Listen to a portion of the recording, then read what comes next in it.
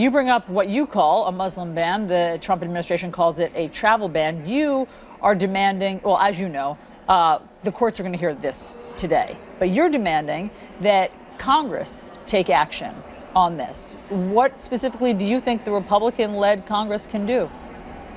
Well, there will still be legal uncertainty over this issue, even if the courts rule against the ban today, which I expect they will, because the president can continue to appeal it. So I just think we should settle this once and for all. Congress can pass a law, as I've introduced, that would cancel, rescind this ban, and get us back to a place in which we're working together on matters of national security. I object to this ban because it's immoral and illegal, but also because it's making us less safe. There are terrorists online today that are using this ban to recruit lone wolf attackers to come after U.S. citizens. So I've heard my Republican colleagues say they don't agree with this policy. So we can short circuit the court case and just pass a law in the Congress right now that would repeal this ban. That's what I think we should do. That would be the clearest and easiest way to get back on firm national security footing. Have you heard enough Republicans say to you that they don't agree with the travel ban to go along with legislation?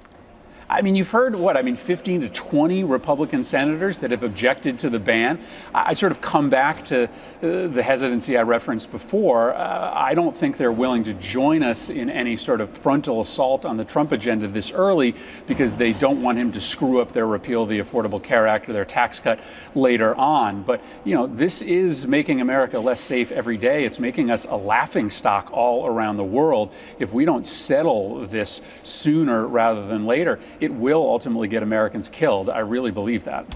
Senator, very quickly, you are the top Democrat on the Senate Subcommittee on Europe and Regional Security. It deals with U.S.-Russia policy. As you know, President Trump has been speaking out about his thoughts on Vladimir Putin and Russia. Let me play for you what he said about what's going on in Ukraine to Bill O'Reilly. Listen to this.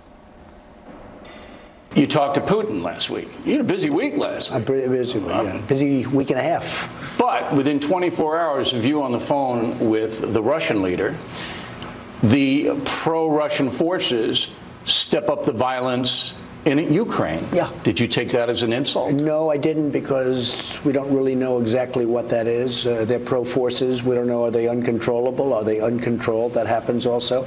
We're going to find out. I would be surprised, but we'll see. He doesn't know who's controlling the forces. Do you? Everyone knows who's controlling those forces. The Russians have a command and control relationship with the so-called separatists.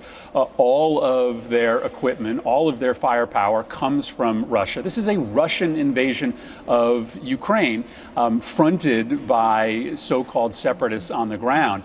But listen, if you want to believe the worst here, if you want to believe that Putin is literally pulling the strings of this administration, then this is exactly how it would play out. You would have the President of the United States clouding the case as to whether Russia is controlling this insurgency in eastern Ukraine. You would have him hinting at the withdrawal of sanctions. You would be making moral equivalences between Putin's killing of journalists and political opponents and U.S. military activities. This is as scary as it gets, and the intelligence committees in the House and the Senate need to get to the bottom of what this is all about. What is this strange relationship between Putin and Trump, and is there something that the Russians have on him that is causing him to say these really bizarre things on an almost daily basis?